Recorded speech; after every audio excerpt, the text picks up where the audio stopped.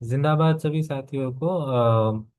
सो Alyssa, अब सभी लोगों को शायद पता होगा, कुछ लोगों को नहीं पता होगा। तो अलीसा एनएपीएम से निकला हुआ युवा फोरम है, ऑल इंडिया इनकलाबी यूथ एंड स्टूडेंट अलायंस।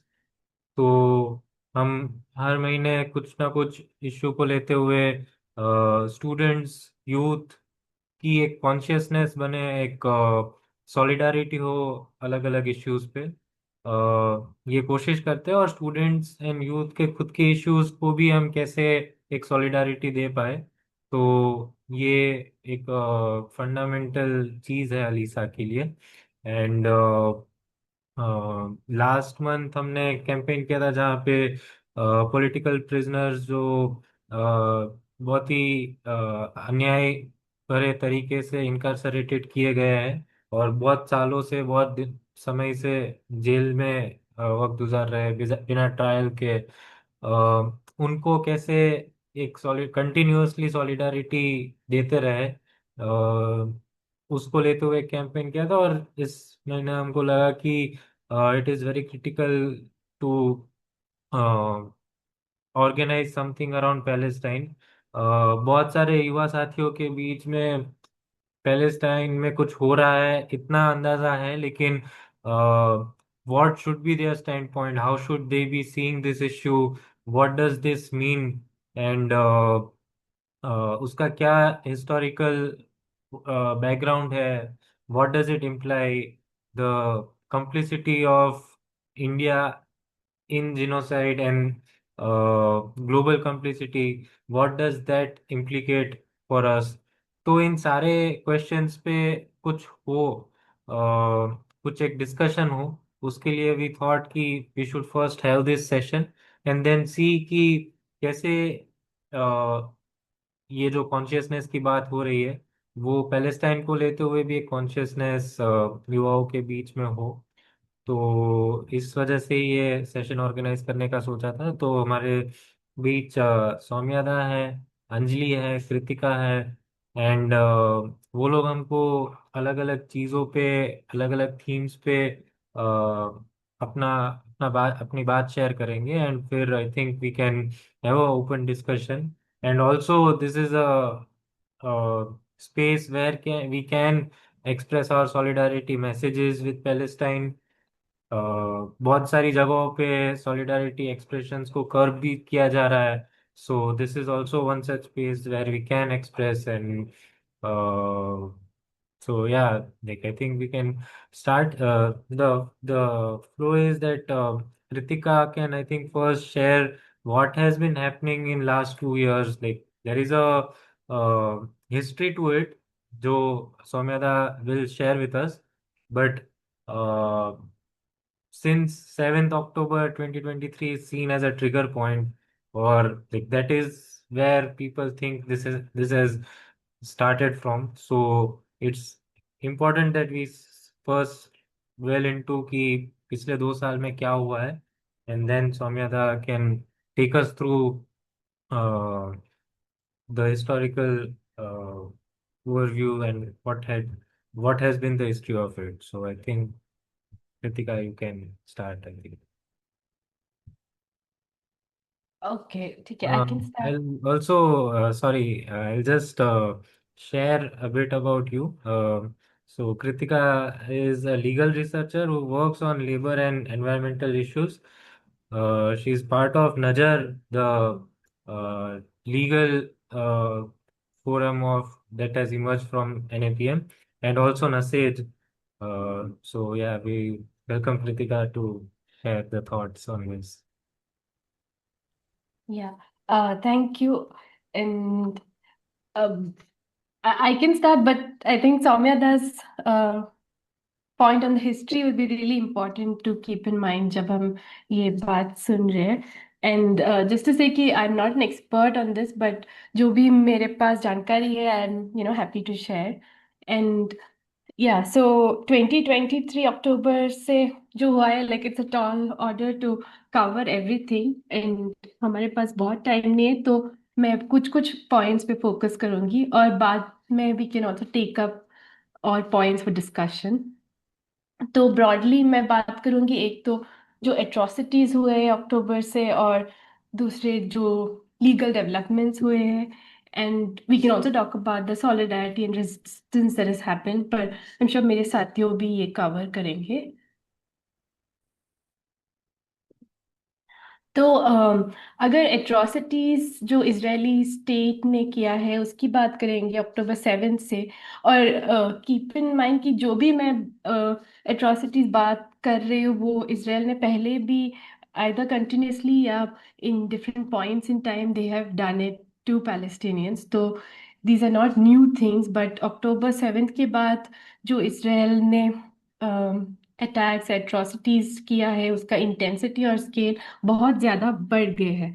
तो एक जो है, उन्होंने किया है फोर्स डिस्प्लेसमेंट। गाजा में जो लोग हैं, मोर देन 90%, मोर देन 90% लोगों को डिस्प्लेस किया है ओवर दीज 2 years। एंड ये डिस्प्लेसमेंट भी बहुत मल्टीपल टाइम्स हुआ है, एक ही फैमिली या पर्सन के साथ एक जगह से दूसरी जगह डिस्प्लेस करते हैं और वहां से फिर से डिस्प्लेस करते हैं। एंड ये जैसे मैंने बोला फोर्स्ड है, कई कई इवैक्यूएशन नोटिस में बोला गया है कि if you do not evacuate इस टाइम तक, then you will be considered Hamas के supporter and marked as a terrorist. ऐसे भी ऑर्डर्स आए हैं।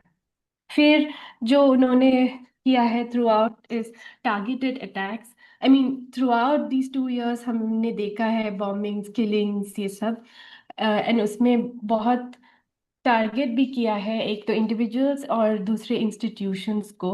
एंड ये करने के लिए देव यूज्ड आर्टिफिशियल इंटेलिजेंस का और सर्वेलेंस टेक्नोलॉजी का हेल्प। जैसे it's been documented technologies like Lavender, Where's Daddy, of people who they think are likely to be militants, और फिर उसमें रैंक करते हैं कि how likely is this person to be Hamas और नॉट। और ये लिस्ट के ऊपर बेसिस पे बहुत अटैक्स किया है। आई मीन इट्स डॉक्यूमेंटेड कि उसमें मिनिमल ह्यूमन सुपरविजन किया है। जैसे 20 सेकेंड में एक ऑफिसर डिसाइड करेंगे कि इस पर्सन को हमें किल करना है कि नहीं। और ये किलिंग्स भी होते हैं not targeted just that individual, but उनके एंटायर फैमिली या नेबरहुड या बिल्डिंग और एरिया वो रिजाइड जो करते हैं, वंस वो आइडेंटिफाई करते हैं, फिर थ्रू एयर स्ट्राइक्स या फिर ऑन ग्राउंड ऑपरेशन से पूरा जो एरिया है उसको टारगेट करते हैं। तो which is led to, I think, over these 2 years, जो broad estimates है, it's a big underestimate. We don't know the exact numbers yet, but more than 66,000 people have been killed. And institutions की बात करेंगे तो throughout these 2 years, medical institutions, hospitals have been attacked, schools have been attacked, places of worships, जहाँ भी लोग gather करते हैं, restaurants, cafes, ये सब अटैक किया है थ्रू बॉम्ब्स या फिर ग्राउंड ऑपरेशंस का। और and it's targeted like teachers, lawyers, health workers, aid workers जो aid centers चलाते हैं उन पे भी टारगेट किया है। And many aid centers have then been forced कि अपने ऑपरेशन सस्पेंड करें। एंड वन थिंग विच मैंने भी अभी ऐसे बोला है, aid workers, health workers, lawyers, teachers, but एक पैलेस्टीनियन राइटर ने बोला है, जैसे उन्होंने मोहम्मद अल कुर्द करके उन्होंने डॉक्यूमेंट किया है, जैसे मीडिया रिपोर्ट करते हैं पैलेस्टीनियंस जो मारा गया है या कुछ हादसा हुआ है उनके साथ, उनको कैसे पोर्ट्रे करते हैं। फॉर दैट वो बोलते हैं Palestinians need to be the perfect victims. Even resistance movements में भी सी कि हम बात करते हैं इतने सारे बच्चे मर गए या इतने सारे women, but very rarely do we see the talking about the Palestinian man, क्योंकि उनको माना गया था a bearded man who's has committed some atrocity या resisted the illegal occupation। तो उनके बारे में नहीं रिपोर्ट करते हैं मेन स्ट्रीम मीडिया में भी। I mean in these 2 years mainstream media has hardly reported the genocide in the way it should be। और अगर रिपोर्ट भी करते हैं then it is about victims who will fit certain characteristics of victimhood जो western media और western standards को एडयर करते हैं, और जो आपकी स्किन कलर पे बेसिस की होंगे, आप कितना नॉन वायलेंट हो, या आप कितना हेल्पलेस हो, या कितना सिविल हो, आपका स्टेटस क्या है सोसाइटी में, उसके ऊपर होता है। फिर ये 2 सालों में हमने ये भी देखा है कि पोलियो जो इरेडिकेट हुआ है गाजा में फिर से रीसर्फेस हुआ है। And one of the cease fire जो हुआ था 3 दिन के लिए, वो पोलियो वैक्सीनेशन के लिए हुआ था। फिर of course Palestinians throughout have been imprisoned, tortured, ये पीरियोडिकली होता है, पर ये 2 साल में इसका इंटेंसिटी बहुत बढ़ गया है।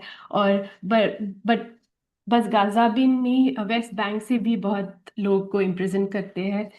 फिर जो हम देखा है कि फोर्स स्टारवेशन का, तो जो जनवरी 2025 में एक पीस सीज फायर नेगोशिएशन हुआ था, जो कुछ टाइम के लिए इट हेल्ड, उसके बाद इसराइल ने उसको तोड़ा।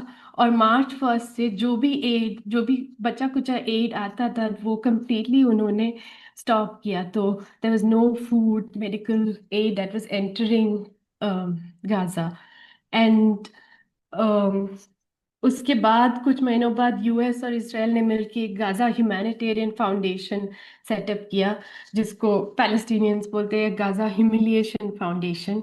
क्योंकि जो एड मांगने के लिए आता थे इस फाउंडेशन के वहाँ, उनको like they were being killed over and over again. And या, तो ये है जो broadly atrocities. Of course there's much more उन्होंने जो किया है। एंड मेसी की सिग्नेचरी है वो, अगर उनके ड्यूटी है कि उनको अरेस्ट करने के लिए, but for example Netanyahu visited Hungary, पर उन्होंने अरेस्ट नहीं किया। In fact Hungary withdrew its membership from the ICC। And US जो सिग्नेटरी नहीं है, बट फिर भी एक इंटरनेशनल बॉडी जो बहुत कंट्रीज रिकग्नाइज कर रहे हैं, ये बोल रहे हैं कि ये वॉर क्रिमिनल है, फिर भी देव entertained Netanyahu.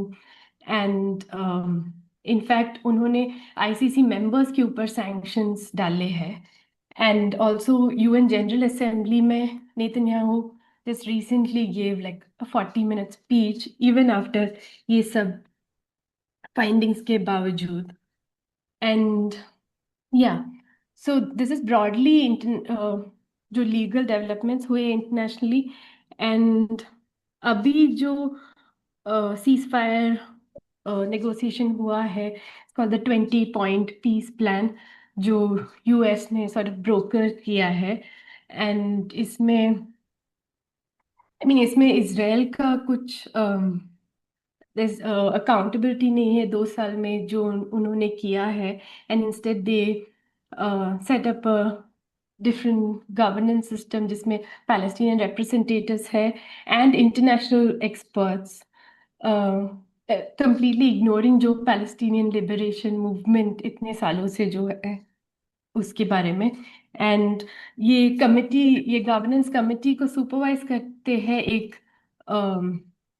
Board of peace, जिसका हेड है यूएस प्रेसिडेंट और अदर इंटरनेशनल स्टेट्स का हेड्स, जो I am not sure if वो अभी पब्लिक है वो इंफॉर्मेशन। या, सो this is broadly the points. And बाकी हम चर्चा में भी कवर कर सकते हैं। And I'm sure Soumyada and Anjali will also speak about the solidarity and resistance movements. बस मुझे एक रेजिस्टेंस मूवमेंट मेंशन करना था, जो एक हिंद रजाब फाउंडेशन करके एक फाउंडेशन बनाया है in the memory of Hind Rajab was killed.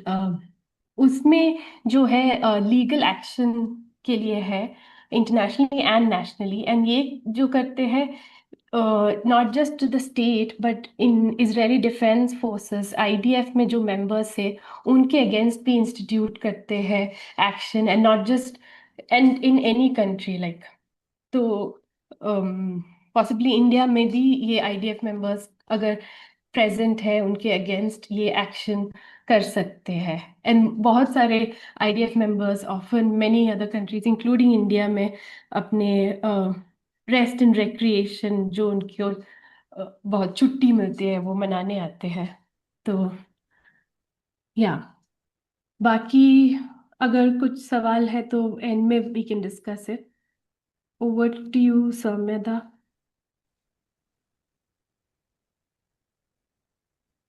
Yes, और thanks, Kritika. We will come back to this question, like the recently announced ceasefire that you talked, and the how that has unfolded, and the accountability part of it. So, uh, like in the open discussion, like we can definitely go more into that. So now, I request Soumyada to share the historical context of it, and like how, like oftentimes it just boils down to what the narrative is stuck to what around Hamas. So like, why is it very critical to go beyond Hamas, and like why is it so important? So a little bit about Soumyada. Soumyada is a member of NAPM's National Working Group, NASAGE, and is also founding National Secretary of Indian People's Science Forum, and engaged with broad range of climate, energy, and ecological issues over past 3 decades in India and South Asia. So I request Soumyada to share his thoughts. कितना time? 15-20 minute? I think 10 to 12 minutes for now, and then फिर open discussion में we can open. Then I'll shorten it. Actually हाँ. मैं थोड़ा सा ये बोलना चाह रहा था जे इसका हिस्ट्री यदि समझना है जे कॉन्फ्लिक्ट क्यों है, और इजरायली लोग जो ज्यूज अभी मानते हैं लेकिन इजरायली क्यों इतना अडमेंट है, और अरब लोग क्यों इसका मुस्लिम पॉपुलेशन जो है, अरब मुस्लिम पॉपुलेशन ओरिजिन जो है वो इसका खिलाफ क्यों है, तो उसको समझने के लिए हमें थोड़ा और पीछे जाना पड़ेगा। क्योंकि ये जो लैंड है, क्योंकि दोनों चीज समझना पड़ेगा, the land and the people. क्योंकि अदरवाइज क्या किसने किसको अटैक किया बाद में, ये वो कोई सोल्यूशन वो समझ में समझ बढ़ाने का काम नहीं करेंगे। तो यदि हम पीछे जाए, यहाँ जिसको आज हम पैलेस्टीन बोलते हैं, पैलेस्टाइन पैलेस्टीन जो भी बोलते हैं, ये इसमें एक 3000 साल से, जिसको पहले पैलेस्टाइन नाम नहीं था, कैनान नाम था, CANAN। तो कैनान जो लैंड है वो इजरायलीज आज भी क्यों प्रॉमिस लैंड क्यों बोलते हैं, क्योंकि ये बिब्लिकल अकाउंट से शुरू करके उसके बाद जो हिस्टोरिकल एविडेंस मिला है, यहाँ करीब लगभग ऑलमोस्ट 3000 साल से इजराइलाइट्स का एक किंगडम था। जो उसका एविडेंस मिला है, जो फर्स्ट टेम्पल का बात है, जो सेकंड टेम्पल है जेरूशलेम है, तो यहाँ एक, और उस टाइम इजराइलिट्स और ज्यूस सिनोनिमस नहीं था, मतलब वो रिलीजियन का सिनोनिमस नहीं था, वो एक पीपल था, माने एक होल सेट ऑफ पीपल जिन्होंने रिफ्यूजी हुआ था और बेबीलोनियन एक्सोडस से भाग के आके फिर यहाँ बेबीलोनियन एक्सोडस उसके बाद की बात है, करीब 2500 साल पहले का है। तो मैं ये जो सारे बात कर रहा हूँ इसका ये जिक्र है, जो ये इस time, and please don't misunderstand me, things have change later on, लेकिन ये समझना जरूरी है, इस लैंड मास में जहाँ आज पैलेस्टाइन है, वहाँ इजराइलिट्स का किंगडम 3000 साल पहले से भी था। लेकिन काफी सालों से अलग अलग अटैक में, इंक्लूडिंग द लास्ट जो बिगेस्ट अटैक हुआ था रोमन एम्पायर का, वो 70 AD में, CE जो भी बोलो, 70 साल में, अभी तो 2025 है, तो 70 में जेरूशलेम को डिस्ट्रॉय करके रोमन एम्पायर का जो अटैक हुआ था, उसके बाद ये जो जीवस पॉपुलेशन ये काफी स्प्रेड हो गया, बहुत सारे अलग अलग जगह में चला गया, और यहाँ का पॉपुलेशन कम हो गया।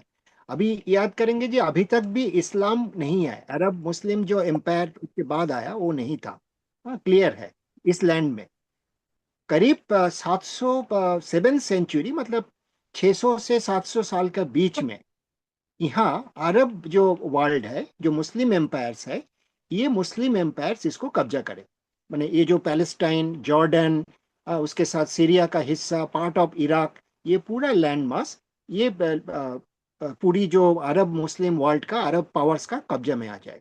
और भी जल्दी से मैं पीछे आगे आ जाऊं, 1517 से 1517 से 1917 1917 is very important because this was with in the first world war.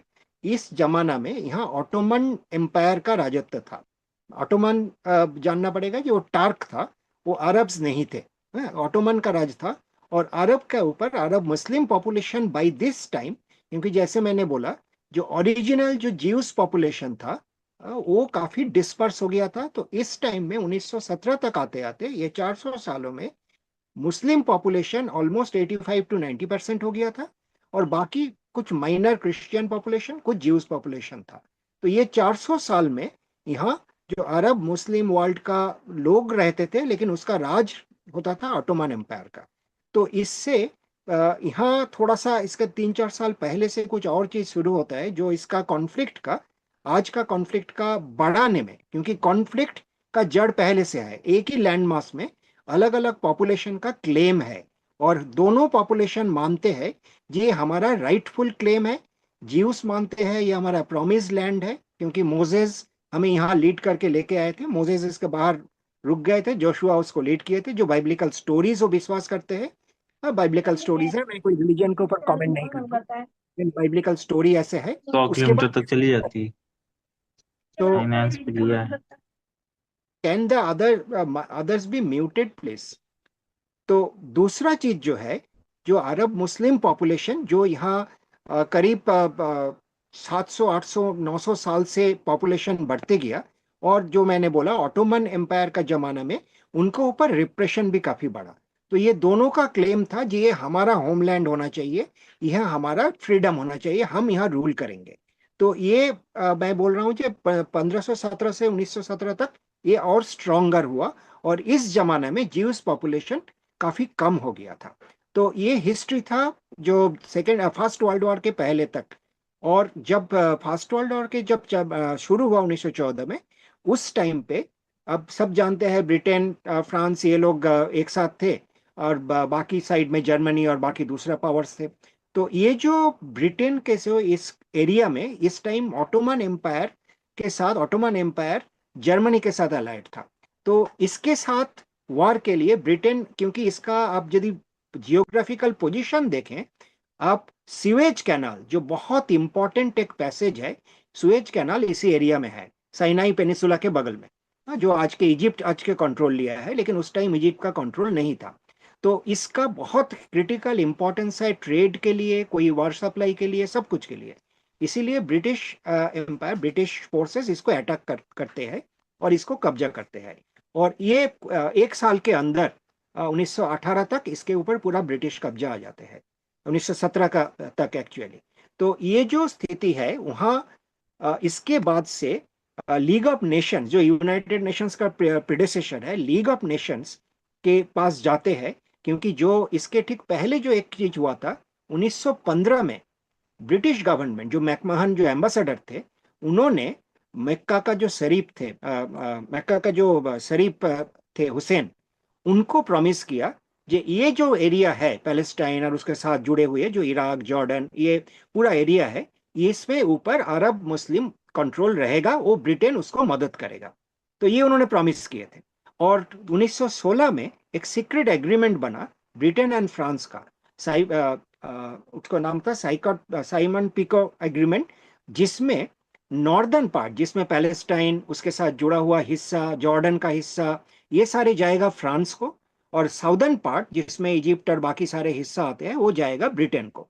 ये उनका एक सीक्रेट एग्रीमेंट था। 1915 में उन्होंने अरब मुस्लिम को प्रॉमिस किया ये लैंड आप लोगों को मिलेगा, आप लोग फ्री कंट्री बनोगे। 1916 में सीक्रेट एग्रीमेंट में फ्रांस और ब्रिटेन इसको अपने आप में बांट लिया, ये हमारा कंट्रोल में रहेगा, पैलेस्टाइन का हिस्सा फ्रांस का कंट्रोल में जाएगा।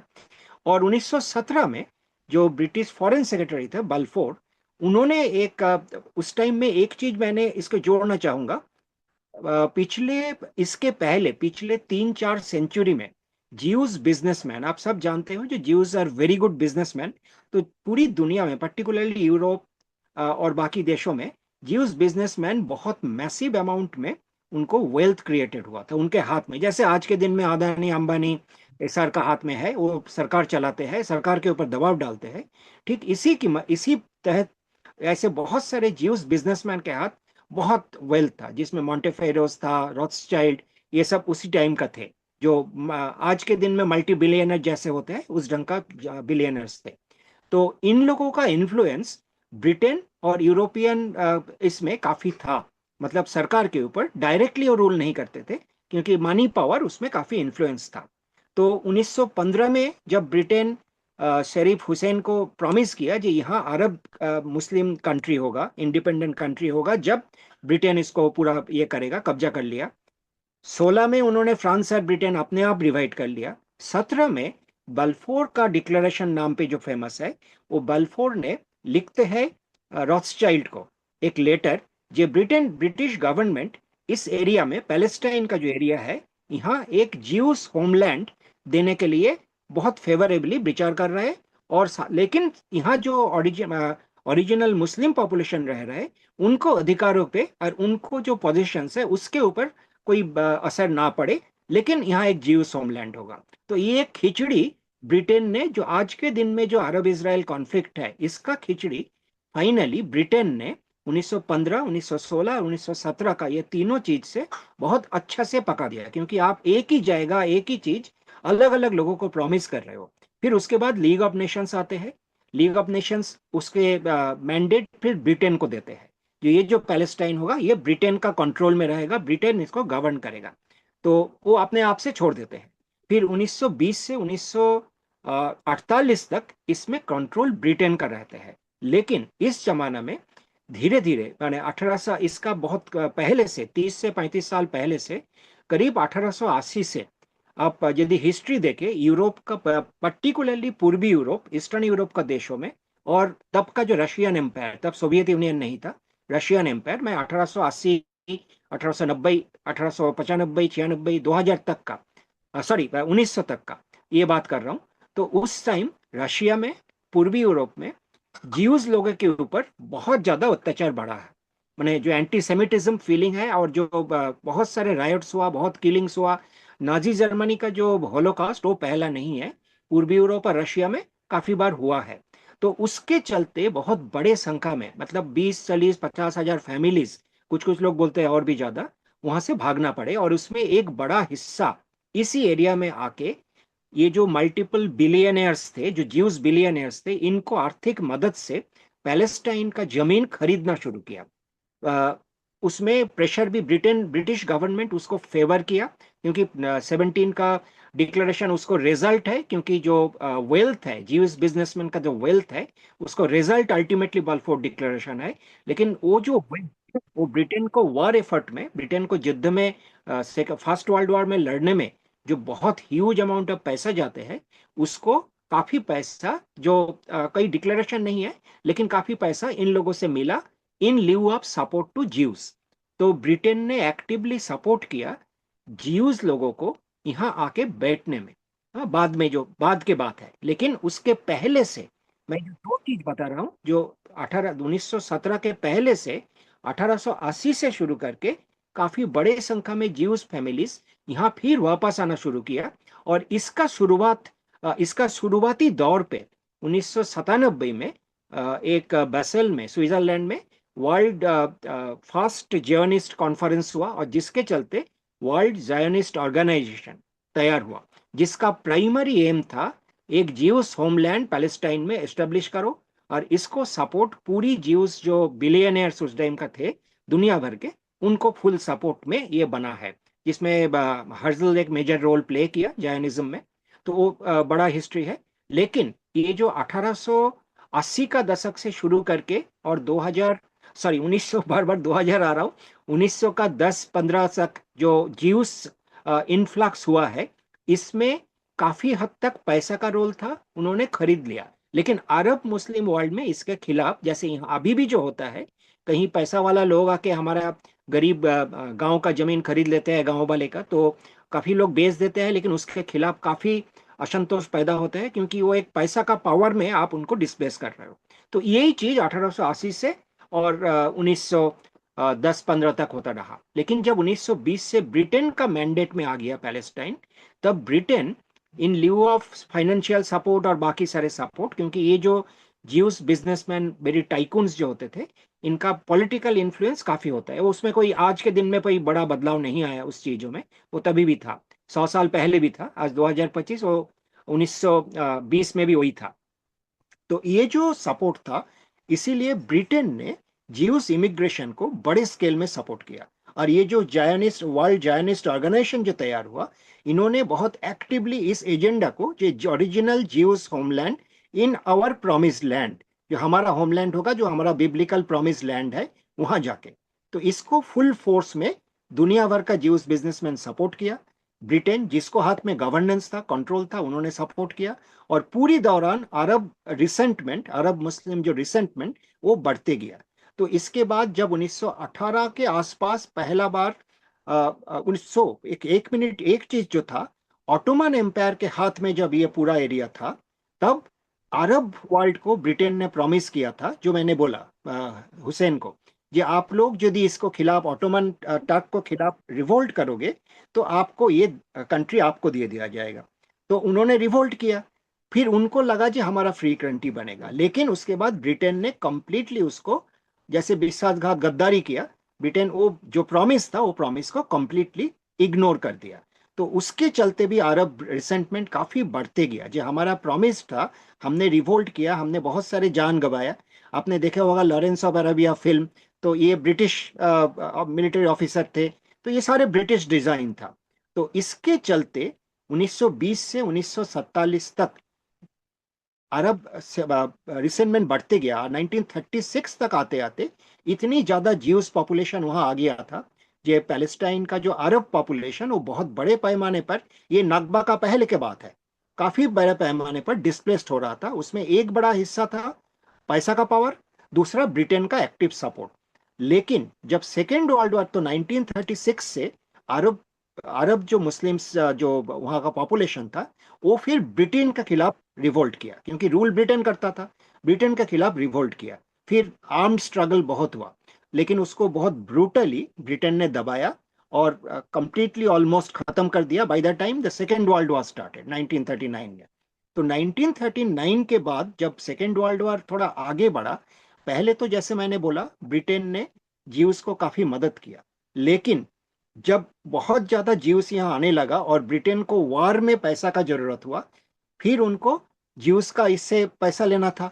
लेकिन अरब वर्ल्ड पूरा उनको खिलाफ रिवोल्ट ना करे इस सेकेंड वर्ल्ड वॉर के टाइम, इसीलिए ब्रिटेन फिर ऐसे ही दोहरा चाल चला। एक साइड में ज्यूस का इमिग्रेशन का चलते रहा, दूसरा साइड में उन्होंने इमिग्रेशन कंट्रोल का कुछ मैकेनिज्म बनाया, ताकि नंबर ऑफ ज्यूस, ब्रिटेन ने अनाउंस किया कि इतना से ज्यादा नंबर यहाँ आ नहीं पाएगा, ताकि जो मुस्लिम पॉपुलेशन का बैलेंस है वो कंप्लीटली बिगड़ ना जाए। ऑलरेडी बिगड़ चुका था, लेकिन ब्रिटेन ऐसे इधर इधर भी बस चाल चल रहा है, उधर भी चाल चल रहे, ज्यूस को भी कुछ दे रहा है और अरब मुस्लिम वर्ल्ड को भी कुछ बोल रहा है, ताकि उनको दोनों साइड से सपोर्ट मिलते रहे। तो ये जो खिचड़ी ब्रिटेन ने पकाया, ये 1947 तक चलते रहा, क्योंकि 45 में सेकेंड वर्ल्ड वॉर खत्म हो गया था। उसके बाद यूनाइटेड नेशंस के हाथ में इसको ऊपर चला गया, जी यूनाइटेड नेशंस इसको डिसाइड करेगा। ब्रिटेन 1940 में ऑफिशियली जब हैंड ओवर कर दिया, तब उसको चला गया। 1947 में यूएन ने जो डिसीजन दिया, ये पैलेस्टाइन का जो अभी का जो लैंड एरिया है, उसको दो हिस्सा में बांटा जाएगा। जो अभी आज का दिन में जो पहला का मैप है, जो एक हिस्सा इजराइल बनेगा, जो नॉर्थ एंड वेस्ट का कुछ हिस्सा, और एक नीचे का हिस्सा वो पैलेस्टाइन बनेगा, जिसमें गाजा, वेस्ट बैंक और पूरा एरियाज है। तो ये दोनों यूएन का जो फैसला था, उसमें जीव स्टेट जो इजराइल जो बना, वो इमीडिएटली एक्सेप्ट कर लिया, क्योंकि उनका एक बड़ा ऑब्जेक्टिव फुलफिल हो गया। लेकिन अरब लोगों को लगा वो बहुत मेजॉरिटी था, और ये बात वहां भी था, जो एरिया इजराइल बोल के दिया गया यूएन का तहत, उसमें मेजॉरिटी पॉपुलेशन तभी भी अरब मुस्लिम्स का था। हाँ, अभी तो हटा दिया गया, लेकिन तब का दिन में मेजॉरिटी पॉपुलेशन अरब मुस्लिम का था। तो ये जो दो हिस्सा में बांटा गया, और इजराइल मई 48 में अपना इंडिपेंडेंस डिक्लेयर कर दिया। यूएस ने कुछ घंटों में, शायद कुछ मिनटों में उसको एक्नॉलेज कर लिया, मान लिया कि हाँ इंडिपेंडेंट स्टेट। कुछ यूरोपियन कंट्री भी मान लिया। और इसमें जो होलोकॉस्ट हुआ था, जिसमें जर्मनी में करीब 60 लाख यहूदियों को, ज्यूस को मारा गया था, और उसमें बहुत बड़े संख्या में ज्यूस रिफ्यूजियों के इधर उधर आ गए थे। तो उस एक post war Germany, post war Europe kind of एक जैसे हम ये कर रहे हैं, हम रिपेंट कर रहे हैं, इस तहत सारे मदद उनको ज्यूस सेटलर्स को पीछे उनको चला गया, उनको सेटल करने में मदद देना, फाइनेंशियल मदद देना। और इस तहत अमेरिका में भी, जो तब सेकेंड वर्ल्ड वॉर के बाद America unquestionably the ruling the greatest power in the world बन गया, जो फर्स्ट वर्ल्ड वॉर का आसपास तक ब्रिटेन था। तो उस जमाने में अमेरिका में बहुत बड़ा पॉलिटिकल इन्फ्लुएंस ज्यूस लोगों का था। आईपैक है, फिर एक कुछ और ऑर्गेनाइजेशन है जो ज्यूस ऑर्गेनाइजेशन, अमेरिका नाम भूल रहा हूँ। ऐसे 3-4 बड़ा ऑर्गेनाइजेशन ज्यूस लोगों को, जिसमें बहुत बड़ा पैसा का मदद है, ये आया था अमेरिका में। तो अमेरिकन पॉलिटिक्स के ऊपर जो ज्यूस लोगों का कंट्रोल काफी स्ट्रांग था। अभी दोनों साइड, कोई भी उसका ऑपोजिशन में कोई कुछ बोले तो उनके खिलाफ कैंडिडेट खड़ा करना, उनका ऑपोजिशन कैंडिडेट को बहुत ज्यादा फंडिंग करना, पब्लिसिटी बहुत ज्यादा करना। जो ये स्टैंडर्ड जो बुक है, जो हमारा यहाँ नरेंद्र मोदी और बीजेपी के लिए किया गया है, जो कैंपेन करके ये करना, ऑपोजिशन कैंडिडेट को पप्पू बताना, तो ये सारे चीज अमेरिका में भी होता है। और कोई भी एंटी इजराइल पोजीशन लेता था तब से, 1948 के बाद से ही, ये आईपैक और ये जो ज्यूस ऑर्गेनाइजेशन, इनको खिलाफ काफी मैंने सटल कैंपेन, बहुत अंडरलाइंग कैंपेन पूरी जबरदस्त करते हैं, अभी भी करते हैं, करते थे, अभी भी करते हैं। तो ये जो 1948 में जैसे ही ये किया, अरब कंट्रीज उसके वार डिक्लेयर किया, जो पहला अरब इसराइल वार था। और उस वार में मैसिव स्केल में मारामारी तो हुआ ही है, लेकिन उसके बाद अरब कंट्रीज हार गया, जो इसराइल, क्योंकि फुल सपोर्ट ऑफ अमेरिका था उस टाइम, तो उस सपोर्ट से इसराइल उस वार को जीता। और उसके बाद जो हुआ, 7 लाख कुछ हिसाब है, कुछ हिसाब और भी ज्यादा है, से ज्यादा पैलेस्टीनियन को जबरदस्ती रिफ्यूजी बनाया गया, उनका घर से, जमीन से, सब कुछ से रिफ्यूजी बनाया गया। इसके बाद हिस्ट्री लंबा है, लेकिन मैं बहुत शॉर्ट में बताऊंगा, क्योंकि और जो तीसरी स्पीकर है शायद इसके बारे में कुछ बात करेंगे। और यहाँ अभी भी यदि अचिन जी जुड़े हुए हैं, तो अचिन जी इसके बारे में काफी जानते हैं, तो उनसे भी थोड़ा सा अनुरोध करना जरूरी होगा, अच्छा होगा। तो इसके बाद जो हुआ है, मोरलेस हिस्ट्री इज नोन, सभी जानते हैं। जो कॉन्टिन्यूअसली इसराइल, सिर्फ नकबा का जो घटना था 48 का, वो घटना एंड नहीं था। वहां 7 लाख से ऊपर पैलेस्टीनियन को जबरदस्ती, उनको घर तोड़ के, घर से भगा के, रिफ्यूजी करके उनको भगाया गया। दूसरा, पैलेस्टीनियन गांव गांव को, एक के बाद एक गांव को कॉन्टिन्यूअस चलते रहा, हर साल चलते रहा, नया नया इजरायली सेटलमेंट पूरी दुनिया में डिक्लेयर कर दिया गया। कोई भी ज्यूज यहाँ आ सकते हैं और यहाँ सिटीजन बन सकते हैं, उनके लिए जमीन मिलेगा, उनके लिए घर मिलेगा। और ये घर और जमीन जबरदस्ती पैलेस्टीनियन गांव को खाली करके, बुलडोजर चला के, गोली करके, मार के, टॉर्चर करके, भगा के, ये एक के बाद एक पैलेस्टीनियन गांव को दखल किया गया। और वहां इजरायली सेटलमेंट्स सेटलमेंट्स बनते गया। और पैलेस्टीनियन लोगों को लाइवलीहुड एंड कल्चर में ऑलिव ट्री का बहुत इंपॉर्टेंट योगदान है। Olive not only A livelihood, but उनको कल्चर का हिस्सा है। तो इसराइल ने बहुत बड़े स्केल में ऑलिव का जो प्लांटेशंस था, ऑर्चर्ड्स था, उसको खत्म करके वहां यूरोपियन पाइन्स लगाया, और काफी मेहनत करके उस यूरोपियन पाइन्स को वहां उगाया, ताकि दो चीज, एक तो पैलेस्टीनियन का जो कल्चरल रूट और लाइवलीहुड का जो सपोर्ट, ये दोनों खत्म हो जाए, और दूसरा, उनको जिस यूरोपियन देश से वो आए हैं, उनको उसका फीलिंग भी बने रहे। तो ये जो कल्चरल रूट और लाइवलीहुड खत्म करके पैलेस्टीनियंस को अपना जमीन घर से हटा के, ये सिलसिला कंटिन्यूअस चलते रहा। आपको जब से 1948 से है, वो ऑफिशियली चलते रहा। उसके पहले जो डिस्प्लेसमेंट हुआ है, वो ज्यादातर इकोनॉमिक पावर का ऊपर डिस्प्लेसमेंट, बाद में जो हुआ है वो रॉ मिलिट्री पावर के ऊपर displacement and disposition and torture and killings होते गया। मतलब ये जो, और इसके चलते 19 इस टाइम में ना कोई पैलेस्टीनियन का कोई ऑर्गेनाइज स्टेट नहीं था। 64 में फतह आया, 86 में शायद हमास का पैदावार है, मैंने हमास पैदा हुआ 86 80, मेरा एग्जैक्ट डेट याद नहीं है, अराउंड 86 हमास पैदा हुआ। ये दोनों का पैदा होने का कारण है पैलेस्टीनियंस का over the decades continuous torture, displacement, destruction. तो ये जो response of Palestinians to continuous torture, and एक हिसाब से जेनोसाइड ये पहला बार नहीं हो रहा है। जेनोसाइड शायद इसराइल इसके पहले से ही शुरू कर दिया, लेकिन वो बहुत सबड्यूड था। मैं जेनोसाइड का डेफिनेशन में नहीं जा रहा हूँ, लेकिन एक एथनिक ग्रुप को आप कंटिन्यूअसली टॉर्चर कर रहे हो। किलिंग भी हुआ है, ऐसे नहीं है जो सिर्फ घर तोड़ा है, सिर्फ जमीन दखल किया है, सिर्फ बुलडोजर चला है। बहुत सारे बच्चे को, महिलाओं को, बच्चे कुछ जा रहा है गोली मार दिया, ऐसे चलते रहा। तो ये जो हिस्ट्री है हमास का, जो जिसके ऊपर बहुत ज्यादा अक्टूबर का घटना लेके पूरी दुनिया का मीडिया इतना फैलाया है। देखिए, कोई भी जो भी कुछ वायलेंस हम लोग एनएपीएम में है, कुछ वायलेंस हम लोग कॉन्डेम करते हैं, जरूर करते हैं। लेकिन कोई पॉपुलेशन यदि 40s से शुरू करके बा उसके भी पहले से शुरू करके आप 1917 के बाद से शुरू करिए, 100 साल के ऊपर आपके ऊपर कंटिन्यूअस टॉर्चर हो रहा है। आपको कंटिन्यूअसली घर तोड़ा जा रहा है, आपको जमीन जबरदस्ती दखल किया जा रहा है, आपको बुलडोज करके हटाया जा रहा है। हाँ, आपको कोई प्रोटेस्ट करोगे तो आपको गोली किया जा रहा है। तो एक टाइम कोई ना कोई, in fact even so called innocent animals also turn around and try to bite. तो मैं तो एक हिसाब से Palestinian response to Israeli torture and genocide देखता हूँ। जो एक्चुअली जो हमास ने भी जो किया है, मैंने दैट किलिंग ऑफ लिमिटेड, जितना मीडिया ने फैलाया है उतना तो हुआ नहीं है, लेकिन कुछ लिमिटेड जो भी हुआ है उसको पीछे एक सिर्फ एक क्रुएल्टी नहीं है, एक more than a century old torture, killings, displacement, disposition का एक रिस्पॉन्स भी था। तो मैं यहाँ खत्म करता हूँ, क्योंकि हिस्ट्री आज कॉन्फ्लिक्ट क्यों है, क्यों दोनों पॉपुलेशन, दोनों अलग अलग पॉपुलेशन इसके इसी लैंडमास के ऊपर इतना जबरदस्त कॉन्फ्लिक्ट में जुड़े हुए हैं।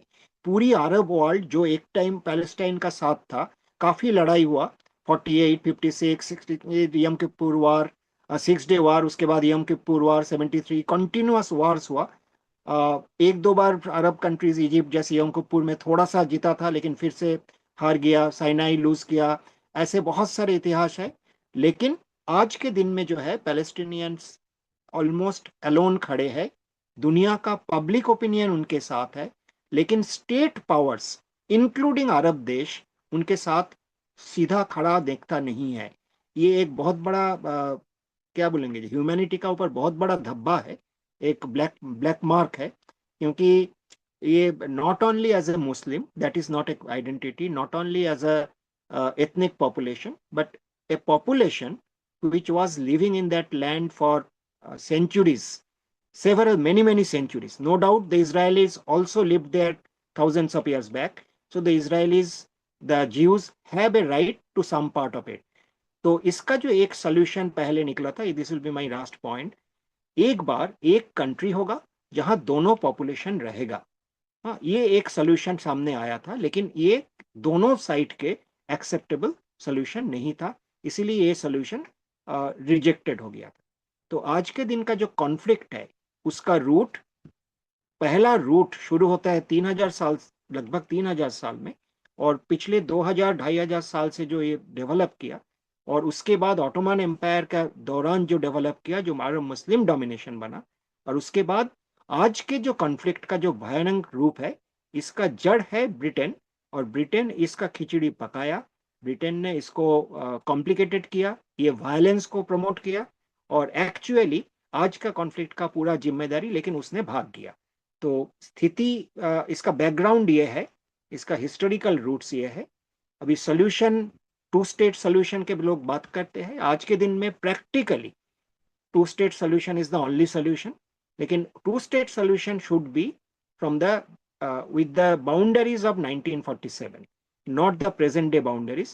क्योंकि आज के बाउंडरी जो 47 का जो यूएन का जो डिवीजन था, बाउंडरी का डिवीजन था, उससे बहुत ज्यादा हिस्सा इसराइल जबरदस्ती वायलेंस यूज करके, आर्मी यूज करके दखल कर लिया। तो two state solution is the only solution, going back to the 1947 boundary.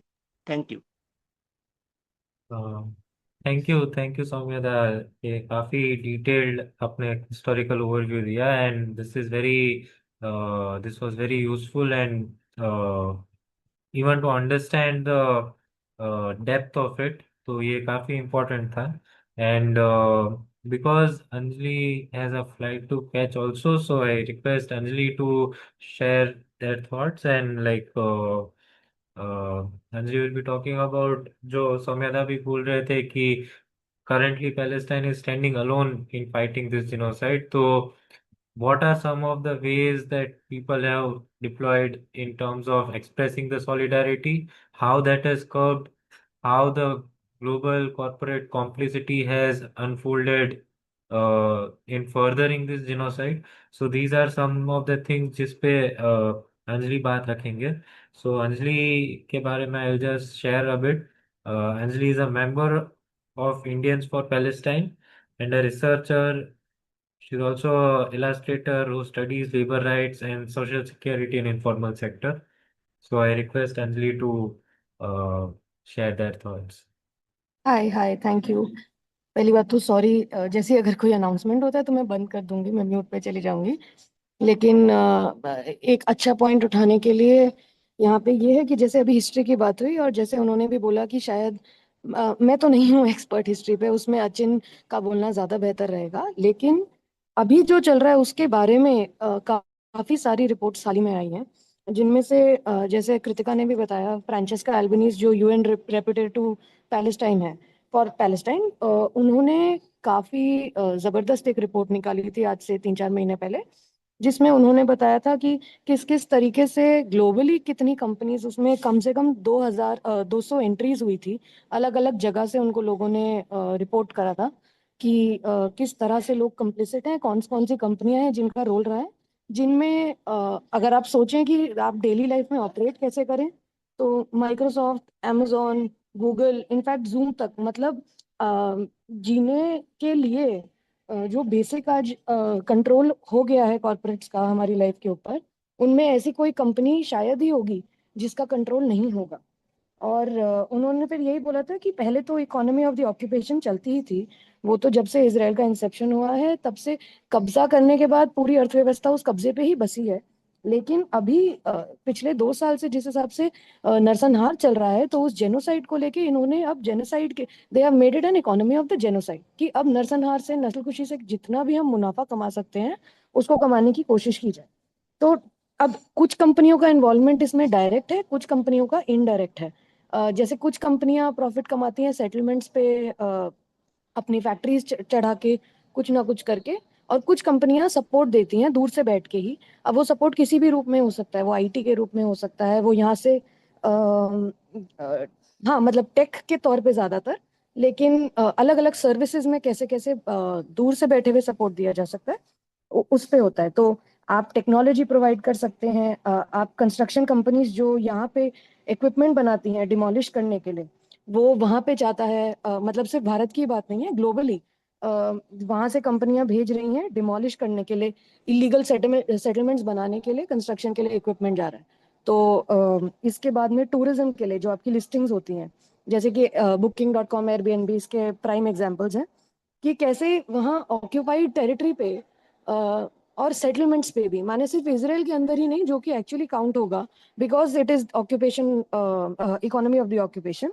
लेकिन जो अब इलीगल सेटलमेंट्स बन गए हैं, वहां पे जिन लोगों ने प्रॉपर्टी ले ली है, वो प्रॉपर्टी दिलवाने में और रेंटल, उसमें टूरिज्म इंडस्ट्री में भी और एक तरह से रियल एस्टेट में भी बहुत सारी कंपनीज का हाथ रहता है। उसके बाद मतलब अगर सबसे बड़ी बात करें जिसमें बहुत सारे देश including ours is complicit, is arms manufacturing and arms supply. इसमें सबसे बड़ा नाम जो कि किसी को भी सुन के अचंभा नहीं होगा, वो है अडानी भाई साहब का, जिन्होंने बहुत तरीके से माने उनका इन्वॉल्वमेंट सिर्फ आर्म्स के अंदर ही नहीं है, अलग अलग चीजों में है। तो हाइफा पोर्ट जो कि 2019 में उन्होंने चालू करवाया था वहां पे, और उसके लिए ट्रीटी साइन हुई थी, जो भारत सरकार ने फिर उसके ऊपर बहुत सारे एडवर्टाइजमेंट्स निकाले थे, यूपी गवर्नमेंट के तो पोर्टल के ऊपर ऑफिशियल एडवर्टाइजमेंट्स हैं, जिसमें नरसंहार चालू होने के बावजूद, माने 7 अक्टूबर के बाद में, उन्होंने एम्प्लॉयमेंट अपॉर्चुनिटीज करके उनको एडवर्टाइज करा है अपने उसमें। आप अगर एक ऐसा भी देश है, आप अगर एक ऐसा भी देश है जो ये बताना चाह रहा है कि वो जेनोसाइड नहीं है, आप उसको जेनोसाइड की तरह कैटेगराइज नहीं कर रहे हैं, लेकिन आपको मालूम है कि वो एक वॉर जोन है, आप उस वॉर की डेफिनेशन में उसको रख रहे हैं और पब्लिकली रख रहे हैं। उसके बावजूद भी आप एक ऐसा एडवर्टाइजमेंट जारी कर रहे हैं एक ऐसे देश में जहाँ पे बेरोजगारी इतनी बढ़ गई है इतने वक्त में, हम सब जानते हैं कि कैसा हाल चल रहा है यहाँ पे। उसके बाद में आप ये कह रहे हैं कि ये एम्प्लॉयमेंट अपॉर्चुनिटी है, ये एक अवसर है आपके लिए। और यहाँ से 6,000 मजदूर जो हैं अप्रैल 2024 में भेजे गए हैं इसराइल। उनके ऊपर भी एक रिपोर्ट निकली गई है कि वहां जाने के बाद क्या हालात हुए हैं क्या नहीं हुए हैं। हरियाणा, यूपी, साउथ के भी कुछ स्टेट्स हैं जहाँ से मजदूर वहां पे भेजे गए हैं। और भारत सरकार ने ऐसा कुछ नहीं करा है कि उन मजदूरों का भी ट्रैक रखा है कि वहां पहुंचने के बाद उनकी वेतन कैसी रही है, उनकी जीविका कैसी रही है, क्या वो वापस आना चाहते हैं, क्या वो वहीं रहना चाहते हैं। इसी के साथ साथ अभी तो कॉन्ट्रैक्ट लंबा है, 1 लाख वर्कर्स का है, लेकिन अभी देखते हैं कि वो कैसे आगे बढ़ेगा। हाइफा पोर्ट इसके लिए भी इनफेमस है कि पहले तो मतलब अ, अ, जैसे इजराइल के साथ में हमारे संबंध ऐसा नहीं है कि जब बीजेपी से पहले नहीं थे, ये तो उन्होंने भी बोला। और अगर हम अच्छे आजादी से इन सब का काम पढ़ेंगे उसमें भी देखने को क्लियरली मिलता है 92 से कैसे धीरे धीरे, और 92 से पहले भी मतलब बंद दरवाजों में पहले से ही इजराइल के साथ में एक दोस्ती निभानी शुरू हो गई थी। अब लेकिन एक पब्लिक में बाहर आके भारत का झंडा वहां पे लहराना, तो हाइफा पोर्ट पे आज भारत का झंडा लहराता है। और हाइफा पोर्ट इज रिस्पॉन्सिबल, वो जिम्मेदार है जो ग्लोबल सुमत फोटिला, जो एक कारवान गया था वहां पे, जो बता रहा था कि मतलब वो इसलिए जा रहे थे जहाँ से अलग अलग देश के लोग मिलके 500 कुछ एक्टिविस्ट गए थे, जिनमें अगेन भारत के कोई प्रतिनिधि नहीं थे, क्योंकि हमें मालूम है कि हमारी सरकार हमें हम पे ही छोड़ देगी अगर हम इधर से कोई जाना चाहे तब भी। लेकिन वहां पे भारत से कोई नहीं था, जो कि एक शर्मनाक बात है। लेकिन उसके बावजूद भी उससे शर्मनाक बात ये है कि उसको इंटरसेप्ट करने वाला, उसके बारे में डेटा देने वाला कि सुमित फोटिला कितनी पास पहुंच गई है, वो हाइफा पोर्ट से सारा इंटेल का काम हो रहा था। तो इसके बाद में अडानी का इन्वॉल्वमेंट ऐसे भी रहा है कि सबसे पहले जैसे ये तो बहुत ही पब्लिक इंफॉर्मेशन है, stopAdani.com पे और भी पढ़ा जा सकता है इसके बारे में, कि सबसे पहले यहाँ पे आर्म्स, हैदराबाद में जो एल्बियट सिस्टम्स के साथ उनका टाई अप था, उन्होंने आर्म्स मैन्युफैक्चर करना शुरू करे। और हर्मीज 900 हर्मीज ड्रोन करके एक अ, जो एक सबसे घातक तरीका माना जाता है, जो इस्तेमाल किया गया है फिलिस्तीनी युवा को, फिलिस्तीनी जनसंख्या को ही एक टारगेट बनाने का और उन पे वार करने का, वो हमारे यहीं से भेजा गया है। तो मतलब यूएस और India are prime in terms of sending arms. और उसके ऊपर फिर जब भारत सरकार से एक पिटिशन भी फाइल करी थी कुछ लोगों ने मिलके यहाँ पे, जिसमें प्रशांत भूषण भी शामिल थे, और काफी सारे अलग अलग समूह से कुछ प्रतिनिधि रहे थे जिन्होंने एक पिटिशन फाइल करा था। तो उस पे भारत सरकार का रवैया, या फिर कोर्ट का एक्चुअली रवैया, जुडिशियल सिस्टम जो है हमारा, जो कि अब इतना अलग नहीं रहा है सरकार से, उनका ये कहना था कि ये हमारे इकोनॉमिक इंटरेस्ट में है, हमारी नेशनल सिक्योरिटी के इंटरेस्ट में है। तो ये सब, हाँ, तो ये सब मद्देनजर रखते हुए हमें समझ आता है कि कितना डीप इसराइल और इंडिया का टाई अप हो रहा है। अब ये तो एक तरह से अडानी तो प्राइवेट प्लेयर हो गए जिनका अपना मुनाफा है ये सब करने में, लेकिन इसी के साथ साथ बहुत सारे पीएसयू माने पब्लिक सेक्टर जो अंडरटेकिंग है वो भी इन्वॉल्व रहे हैं। भारत इलेक्ट्रॉनिक्स जो है वो इसराइल एरोस्पेस के साथ में संबंध रखता है। एग्रीकल्चर में देखा जाए तो Indian oil corporation energy sector में वहाँ पे हमारा टाई अप है। एक रिपोर्ट आई थी सीएफए के द्वारा, उस रिपोर्ट को पढ़ना बहुत ही एक्चुअली टाइमी भी है और टाइमली भी है, और उसमें ये भी पता लगता है कि हम जिनको नहीं देखते कि किसका रोल रहा होगा किसका नहीं, उन्होंने बहुत डिटेल में बताया है कि किस किस कंपनी का इन्वॉल्वमेंट रहा है। तो मैं कुछ जल्दी जल्दी बताना चाहूंगी कि डिफेंस में तो जैसे अडानी और रिलायंस एंड इंजीनियरिंग, दूसरा नाम जो कि मालूम ही था कि शायद आ जाएगा अभी नहीं तो कल, और म्यूनिशंस इंडिया का इन्वॉल्वमेंट रहा है। टेक में टेक महिंद्रा, रिलायंस अगेन, ओला इलेक्ट्रिक जैसी कंपनीज, इन्फोसिस, जिनके चेयरमैन यहाँ पे बैठ के हमको कंसल्टेंसी का बहुत ही बड़ा रोल रहा है। आईटी और फाइनेंस में टाटा कंसल्टेंसी सर्विसेज हर रूप से उन्होंने किसी ना किसी तरह से इसराइल के साथ कहीं ना कहीं किसी कंपनी से कोलैबोरेशन कर रखा है। और एग्रीकल्चर में भी इंडियन ऑयल तो जैसे मैंने बताया, त्रिवेणी इंडस्ट्रीज और जैन इरिगेशन का भी एक हाथ रहा है। इनफैक्ट इससे आगे बढ़ के हेल्थ एंड फार्मा में भी हमारी कुछ ऐसी कंट्रीज हैं जो इसराइल के साथ टाई अप करके, और मतलब ये केवल टाई अप्स नहीं है, अगर हम वो रिपोर्ट ध्यान से पढ़ेंगे तो वो बता रहा है कि कैसे ये एक जेनोसाइड से प्रॉफिट कर रही हैं. They are not mere like unethical collaborations that one might see that, oh, you are collaborating with a nation that is committing a genocide. They are also businesses that are profiting from that genocide. So इसमें doctor Reddy's का जो group है वो भी involve है, सन pharma भी involve है, और रिलायंस अगेन. इसके अलावा अगर हम बात करें तो एक और रिपोर्ट अभी जारी की गई है, जो कि टाटा बाय बाय जो कि एक ऑर्गेनाइजेशन का नाम है, ड्रॉप और सलाम ने मिलके की है, जिसमें उन्होंने टाटा के रोल के ऊपर पूरा ध्यान से शुरुआत से, कैसे उस रिपोर्ट का title he architects of occupation है, जो वास्तु कर रहे हैं इस ऑक्यूपेशन के, उसके अंदर मतलब टाटा का सिर्फ इंडिया से ही नहीं ग्लोबली कैसे रोल रहा है उसके बारे में बताया है. और इस रिपोर्ट की शुरुआत भी उन्होंने बहुत अच्छे से करी है, ये भी बताते हुए कि इंडिया ने पूरा टाइमलाइन दिया है. उन्होंने बताया कि इंडिया ने कैसे कैसे इजरायली टेक्नोलॉजी को, इजरायली आर्म्स को, माने we are like one of the biggest people who are buying arms from Israel. 42% of our this thing is coming from Israel itself. And Pegasus, जो कि एक 2 बिलियन का डील करा था 2017 में भारत सरकार ने, 300 करोड़ देके यहाँ पे पेगासस, हम सबको मालूम है कि जितने भी लोग पेगासस के द्वारा टारगेट किए गए वो सब वो थे जो किसी ना किसी हक की बात कर रहे थे, चाहे अपने चाहे दूसरों की. मीडिया का भी एक तरह से, एकेडमिक और मीडिया का भी कोलैबोरेशन रहा है. माने दोस्ती गहरी करने के काफी सारे तरीके हैं, सिर्फ बिजनेसेस और मुनाफा नहीं. अगर आप एकेडमिक कोलैबोरेशन को देखें तो हाल ही में आईआईटी से लेके आईआईएसबी, आईआईएससी बैंगलोर, जहाँ बहुत सारे स्टूडेंट्स ने प्रदर्शन भी करा था कोलैबोरेशन के अगेंस्ट, बढ़ते जा रहे हैं ऐसे कोलैबोरेशंस. और इन कोलैबोरेशंस में देखने की जरूरत है कि अकेडमिक रिगर कैसे पैदा होगा एक ऐसे देश से टाइप करके जिसने दूसरे देश की यूनिवर्सिटी, सारे विश्वविद्यालय ही खत्म कर दिए हैं, वहाँ के स्टूडेंट्स ही खत्म कर दिए हैं, उनके साथ में अकेडमिक टाइप करके आप कैसा रिगर और कैसा, मतलब इंटेंशन ही क्या है वो अकेडमिक कोलैबोरेशन का. उसके बाद में मीडिया के उसमें अगर हम देखें तो बहुत सारे म्यूजिक फेस्टिवल, जैसे जीरो भी जो होता है नागालैंड में, उसमें इजरायली एम्बेसी का एक फंडिंग रहता है. और अभी पिछले ही साल मुंबई में भी एक फिल्म फेस्टिवल होने वाला था, जिसमें इजराइल के साथ में कोलैबोरेशन करके वो फिल्म फेस्टिवल हो रहा था, लेकिन काफी सारी पिटिशंस डाल के एक पब्लिक लेटर जारी करके थोड़ा प्रेशर बना के उसको कैंसिल कर दिया गया था. अब जब बात हो रही है कि कैसे कैसे और दोस्ती गहरी की जा रही है, तो मुझे लगता है कि सोशल मीडिया को नहीं भूलना चाहिए, क्योंकि हमारे प्रधानमंत्री बहुत एक्टिव हैं ट्विटर पे. उन्होंने पिछले 1-2 साल में, मतलब पहले भी वो नेतन्याहू के हित में और कितनी दोस्ती बढ़ रही है इसको दिखाते हुए ट्वीट करते थे.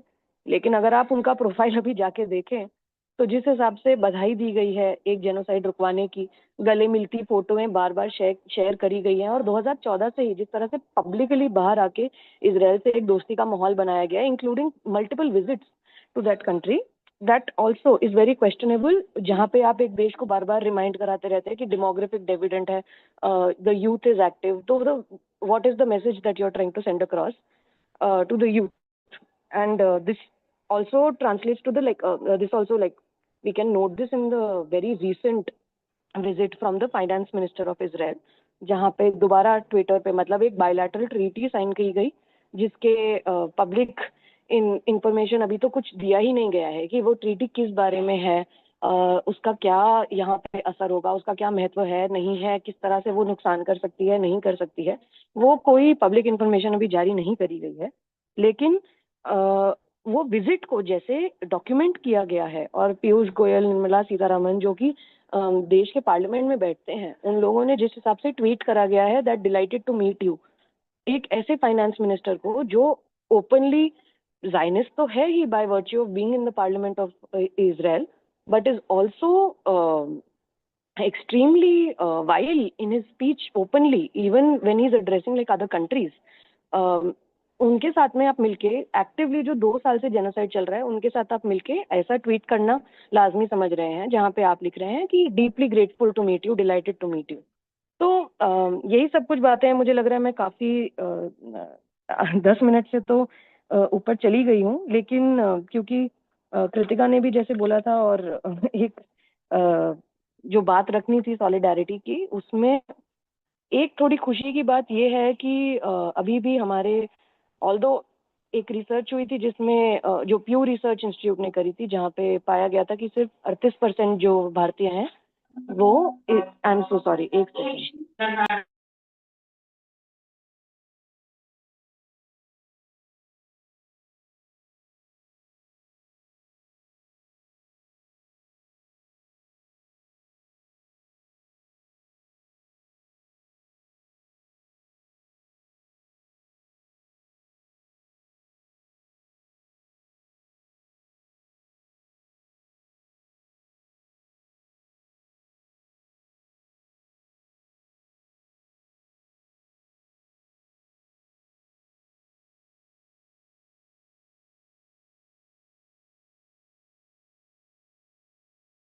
I think Anjali will continue. So thank you Anjali for sharing. ये काफी hard hitting सारे information bits थे. Like in what all ways uh, there has been complicity by India, by corporate. So ये बहुत important है, and Soumyada and even Kritika, they were all mentioned like uh, how do we pursue this, or with this announcement of ceasefire which has been breached by Israeli forces several times.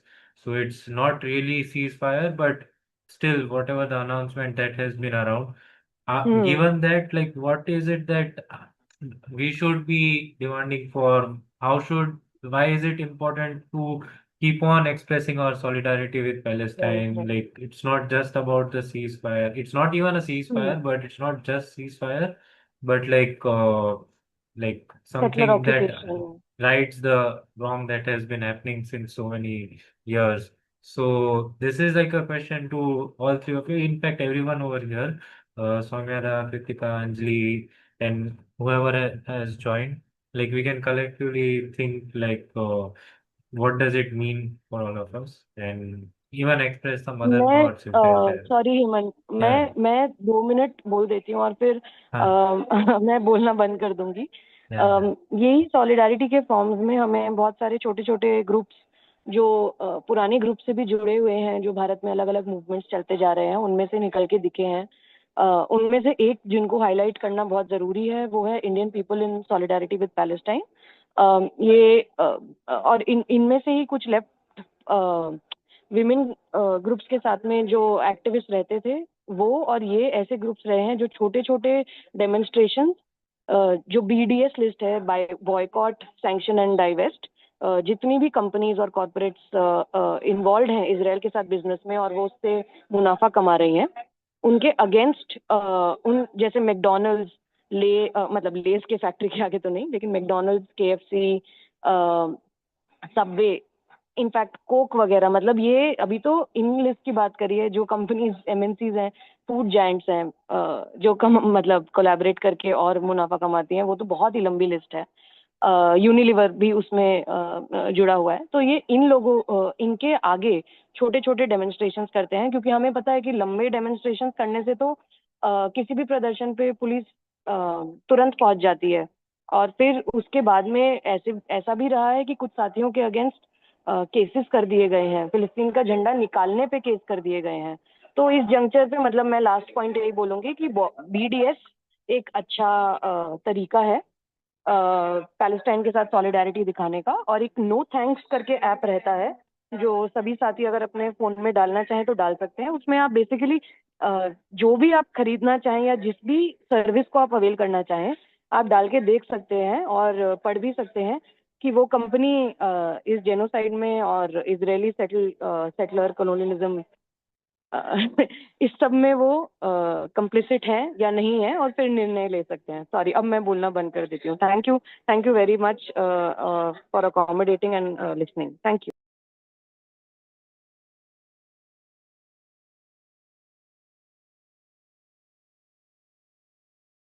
Hemant, लग रहा है जो बाकी लोग जो बचे हुए हैं, मैंने जो नहीं बोला, 12 लोग हैं तो उसमें 2-3 लोग ही बोला है ना, तो if others can suggest something और रेज सम पॉइंट्स। या बिल्कुल, बाकी साथी भी, now it's like an open forum only, तो बाकी लोग भी अपने थॉट्स शेयर कर सकते हैं and you can discuss. I think like मेरा ये बार बार ये चीज आती है कि Palestine is a very concerning issue, लेकिन लाइक फॉर युवा, for youth, the immediate realities उसमें इतना सकम हो जाते हैं कि let alone solidarity or talking about it, but like even educating their own self नहीं हो पाता है। तो hmm. This is a very like unfortunate thing to like सी और विटनेस। तो like that's what, like even last time when we had discussed, few people had joined, this time there are few people, so it's like different people trying to make space to understand what has been going around. So it's like not a blame thing, but कैसे ये consciously इसके बारे में बात किया जाए, that is also kind of challenge. मतलब इसलिए हम सोच रहे थे, फर्स्ट वी आर थिंकिंग हम एक वीक लॉन्ग कैंपेन करेंगे, but now it seems like कि engaging people is itself a big thing that we should be doing uh, तो before उसके बारे anything में else. Have a suggestion. क्योंकि एक चीज जो देखने को मिलता है, जो accept what is coming out in the media और इधर उधर, यूथ में क्यों, सभी में, इन जनरल पब्लिक में, न जो एक्टिविस्ट एकदम इसके ऊपर इंटरेस्ट ले रहा है उनको छोड़ के, अंडरस्टैंडिंग बाय इंफॉर्मेशन का भी कमी है, अंडरस्टैंडिंग का भी कमी है। तो आप लोग बहुत ज्यादा एंगेज, मैंने उसमें बहुत ज्यादा टाइम, बहुत ज्यादा ये, क्योंकि बार बार आप लोगों के सामने आया जो उतना एंगेज नहीं कर पाएंगे। तो एज एन इनिशियल एक्शन, यदि आप इसको कंप्लीट कुछ पॉइंट वाइज, एक छोटा सा ऑनलाइन ही, you don't need to print it and circulate now, ये बहुत अच्छा है जो आप एक अवेयरनेस मटेरियल तैयार करके, क्योंकि पब्लिक में जब जाओगे ना, तो अभी भी पब्लिक से बात करोगे, लोग बोलेगा हमास तो इतना बड़ा एक भयंकर अटैक किया था, उसके खिलाफ ही तो इसराइल ने किया है। हाँ, तो ये बहुत फैला हुआ है। तो इसको काउंटर करने के लिए, ये हमास से शुरू नहीं, अक्टूबर पिछले 23 से शुरू नहीं हुआ था, ये बहुत पहले शुरू हुआ। और किस ढंग से इजराइल ने राइट फ्रॉम इज इंसेप्शन और उसके पहले से किस ढंग से पैलेस्टीनियंस को किलिंग, टॉर्चर, डिस्प्लेसमेंट करते गए, तो इसका छोटा सा पॉइंट वाइज यदि आप कर सकते हो, तो वो आपको ये जो गलतफहमी है, लैक ऑफ एंगेजमेंट है, लैक ऑफ इंफॉर्मेशन है, उसको काफी हद तक दूर कर सकते हैं। And you don't need to get to engage to do this complete dedication, complete devotion, ऐसे तो जो आप बार बार बोल रहे हो, जो इसके ऊपर कर रहे हैं फाइन। हाँ, लेकिन since most people cannot do it, at least this can be taken up from Alicia Forum. That will be a good contribution. I think Rahi ने भी कमेंट्स में सेम चीज शेयर किया है कि कैसे ये रिसोर्सेज हम कोलेट कर सकते हैं एंड थ्रू दैट हम एंगेजमेंट कर बढ़ा सकते हैं।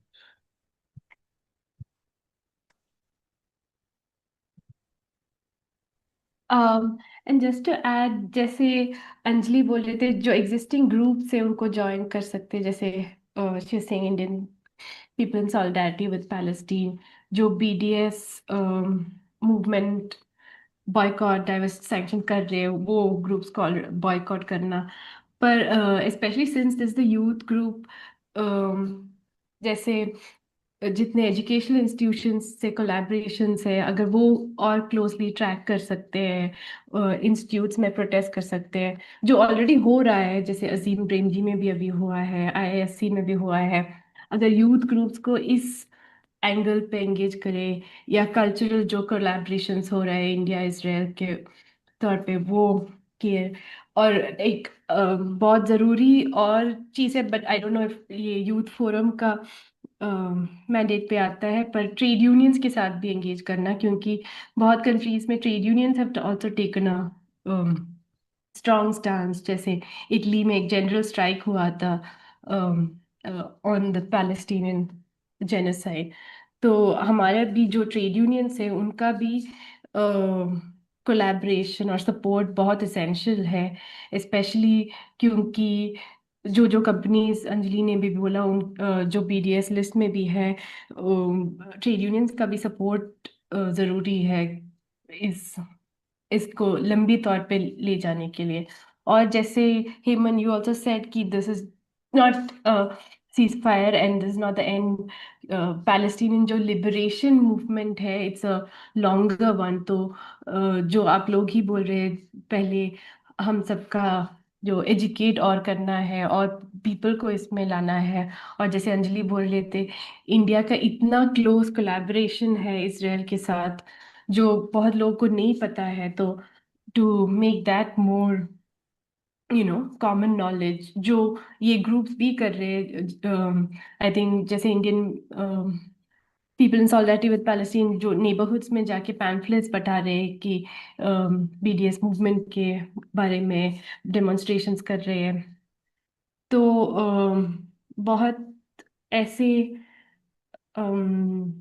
एक्टिविटीज कर सकते हैं। और अनदर थिंग इज कि जो सोल्यूशन की बात है, इट्स वेरी इंपॉर्टेंट हमें पैलेस्टीनियन लिबरेशन मूवमेंट के साथ एंगेज करना है। जो पैलेस्टीनियंस बोल रहे हैं उनको सुनना, उनके डिमांड्स को सुनना। जो 20 पॉइंट पीस प्लान बोल रहे हैं वो उसमें भी उनका वॉइस नहीं है। It's a very one sided plan. And again जो कॉलोनियल पावर्स ने एस्टैब्लिश किया बहुत टाइम पहले, जो सौम्यदा बोल रहे थे, वही अभी रीइंफोर्स कर रहे हैं इस प्लान से। तो इसको भी, इसके साथ भी एंगेज करना बहुत जरूरी होगा। आई थिंक इसके साथ साथ एक चीज और जो कि एक एंगेज्ड वे में चलती आई है 2 साल से, वो बहुत सारे मतलब बहुत सारे छोटे छोटे ग्रुप्स हैं। कुछ ग्रुप्स ऐसे भी हैं जो ह्यूमैनिटेरियन ग्राउंड पे प्योरली जुड़े रहे हैं। एक ग्रुप है वॉइसेस अगेंस्ट जेनोसाइड करके भी। वो लोग कल्चरल प्रोग्राम्स करते आए हैं which is purely like screening Palestinian films, क्योंकि मीडिया और फिल्म मेकिंग और जितने भी ये माध्यम रहते हैं उससे ज्यादा क्या तरीका है किसी से कनेक्ट करने का जिनसे आपका मिलना शायद संभव नहीं है। तो I think screening of film, talking, they do reading circles also, different groups do a lot of reading circles. तो वो कोई भारी टेक्स्ट होना जरूरी नहीं है, लेकिन वो कोई छोटी कहानी भी हो सकती है, कोई कविता भी हो सकती है। किसी और मीटिंग का या किसी और मंच पे भी जाने वाले हों तो 5 मिनट अगर उससे शुरुआत कर दी जाए या ऐसा कुछ कर दिया जाए, वो भी एंगेजमेंट एक तरह से जरूरी है अभी जो वक्त चल रहा है उसके हिसाब से।